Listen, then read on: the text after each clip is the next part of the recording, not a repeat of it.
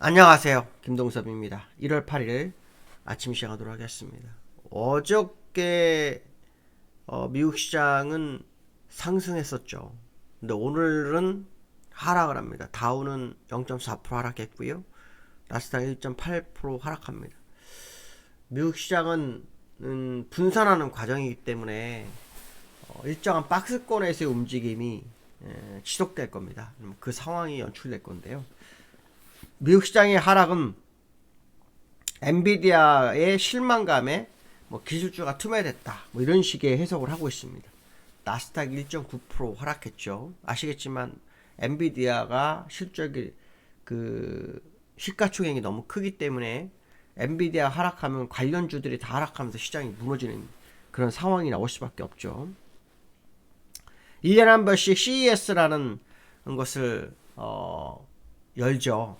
그래서 이번에 CES 2025에서 엔비디아가 신제품을 이제 대한 어떤 기대감을 갖고 이렇게 시장에서 많이 봤던 것 같습니다. 근데 신제품이 어떤 실망감을 좀 줬다고 하네요. 일단 엔비디아는 로보틱스 기술을 가속할 수 있는 코스모스 플랫폼하고 자율주행 기술을 선보였다고 합니다. 그런데 시장이 원했던 것은 그것이 아니었습니다. 시장이 원했던 것은 루빈이라고 2026년도에 출시 예정인 차세대 AI 칩을 확인하고자 했던 모습입니다. 근데 그 진행 사항을 보여주지 않았죠. 그로 인해서 실망감이 커졌고 그것이 엔비디아 6%로 끌어내리고 TSMC가 3.9%, 브로드컴 3.2% 정도나 끌어내리고 있는 그런 상황의 모습이었습니다. 블랙웰이 사실 발열 문제가 있는 상태거든요. 그러니까 다음 문제가 다음 어떤 AI 칩은 어떨지에 대한 기대감이 컸던 것 같습니다. 그리고 미국 시장에서는 10년물 국채금리가 4.699까지 올라서요. 4월 26일로 가장 높은 그런 상황이 되는데요. 미국에서는 금리 인하가 6월 이후에 가능하다라는 얘기가 나오고 있습니다. 6월 이후에 금리 인하 가능성이 제기되고 있고 그로 인해서 지금 현재 국채금리가 오르는 그런 모습이 있었습니다. 국채금리가 오른 것 중에 하나는 예상보다 도말물가가 지표가 굉장히 좋게 나오면서 금리 인하에 대한 기대감이 약화됐다고 합니다. 그리고 구인 시장은 상당히 견고한 흐름을 보이고 있고 이렇게 나타나고 있습니다. 자, 그래서 미국 시장은 결국은 그 금리 인하에 대한 기대감이 좀 멀어지고 시장에 지도진 엔비디아에 대한 실망감, 두 개가 키포인트가 되면서 시장을 약간 흔들었다. 이렇게 해석을 하시면 될 것 같습니다. 나스닥은 1.89%, 다우는 0.4% 하락의 모습을 보이고 있는데요. 기술적으로 좀 접근해 보면 다우는 그냥 박스가 갇혀 있죠. 여기 부분을 돌파해야 되는데 못 돌파하고 갇혀 있는 상태고요. 월봉상으로는 분산 시작된 걸로 좀 확인이 되고 있습니다. 그래서 올 한 해 내내 분산이 될 거다라는 게 제 생각이거든요. 그냥 급락은 안 나옵니다. 저런 차트에서는. 보통 경우 일반적으로는 급락을 안 나오고 계속 횡보를 하면서 박스권을 만들죠. 아래 위로 일정 구간 고점과 저점의 박스권을 만드는 그런 상황이 나올 수 있습니다. 그 다음에 두 번째는 나스닥인데요. 나스닥도 역시 어저께 1.97% 갔다 1.2% 끝나는데 오늘 다시 하락해서 내려왔죠. 그래서 또 박스권에 갇혀있는 모습. 나스닥도 월봉상 분산이 시작되는 흐름이 좀 보이고 있기 때문에. 근데 이렇게 해서 그냥 바로 떨어지지 않고요. 오랜 시간 박스권 흐름을 좀 가져올 확률이 높다 이렇게 보시면 될 것 같고요. 그 다음에 엔비디아 많이 빠졌죠. 엔비디아 오늘 6% 넘게 빠졌습니다. 다 올라온 데서 한번 확 밀어버렸습니다. 그러니까 이게 얼마나 저항대 역할을 하는지가 되게 중요하죠. 기술적 주봉으로는 제가 남아있다라고 했는데 어저께 쭉 좀 올랐었어요. 어저께 어느 정도 올랐어요? 2.4% 올랐다가 그거에서 2.4%를 반납하고 거의 6%까지 밀리면서 시장을 무너뜨리는 역할을 했습니다. 엔비디아 흐름이 좀 그랬던 모습이고요. 애플도 하락했습니다. 애플도 지금 고점 찍고 내려오는 모습.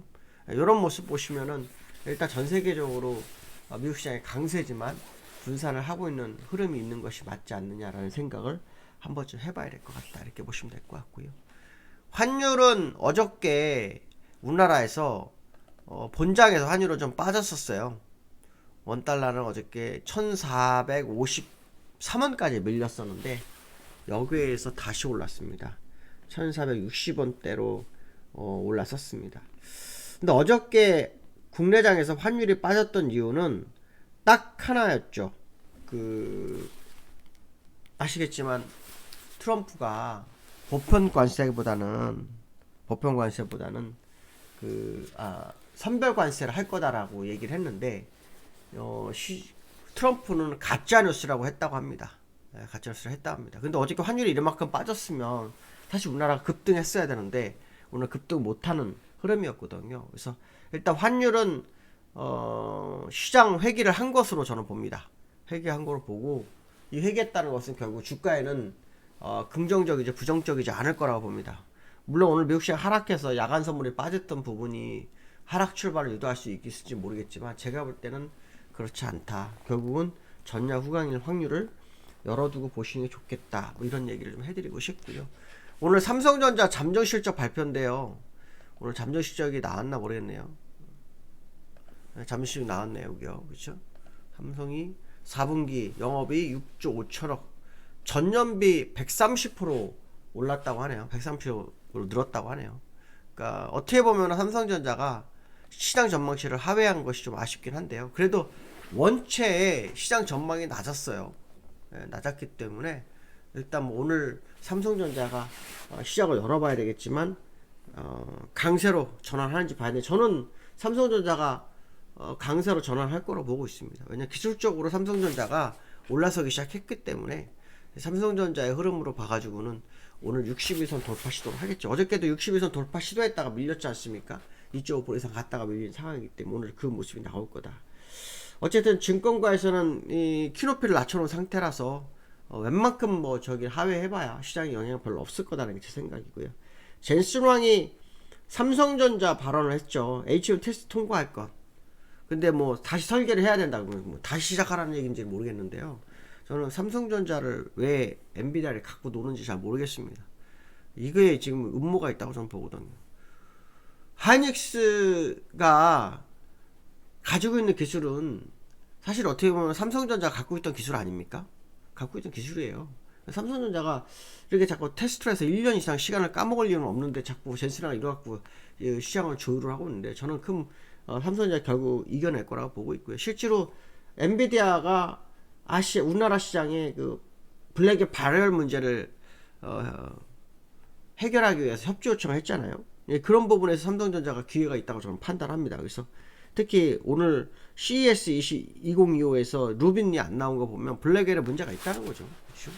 그 부분에 있어서 이제 누군가 해소하는 역할을 할 거라고 판단하는데 그게 삼성전자가 저전력을 만든 걸로 제가 알고 있거든요. 왜냐면 전력이 낮으면 발열도 약화되니까요. 네, 그 부분을 한번 확인해 봐야 될 거다. 그래서 삼성전자가 일단 실적은 약간 예상했지만 큰 문제는 없을 거다라는 생각을 하고 있기 때문에 삼성전자가 다시 플러스로 전환하는지 한번 지켜볼 수 있겠다 말씀드리고 싶고요. 그 다음에 코스피에서 외국인들의 흐름이 굉장히 중요한데요. 외국인이 3일 연속으로 순매수를 했습니다. 1월 3일날도 2,800억을 매수했고 1월 6일날도 3,600억을 매수했고 어저께도 1,500억 매수했는데 기관만 소폭 매도했거든요. 손매도했는데 일단 외국인이 귀환을 하는 것이 아니냐에 대한 부분을 한번 생각을 해봐야 됩니다. 실제로 3월 말에 공매도 금지가 끝난다는 말이 있죠. 공매도 끝나죠. 끝난다는 말이 아니라 끝나죠. 공매도 금지가 끝나게 되면 그 공매도를 칠 거 아니에요. 치기 위해서는 지금보단 주가가 올라 있는 게 유리하죠. 그렇죠? 낮은 상에서 내리는 것은 불리합니다. 그러니까 외국인들이 아마도 3월까지는 매수 진입을 기본적으로 하지 않겠나 생각을 해본다 그러면 지금 외국인의 3일 매수는 시작에 불과한 거 아니냐. 근데 계속 공통점이 있습니다. 장 초반에는 매도를 했다가 중반 넘어가면서 매수로 전환하는 그런 역할이 굉장히 많았습니다. 3일 연속 지금 그런 모습이 있거든요. 그래서 오늘도 장 초반에 외국인이 매도하고 중반 넘어가서 매수로 전환하는지를 한번 확인해 볼 필요성이 있겠다. 이런 말씀 해드릴 수 있을 것 같습니다. 오늘 여기까지 하겠습니다. 감사합니다.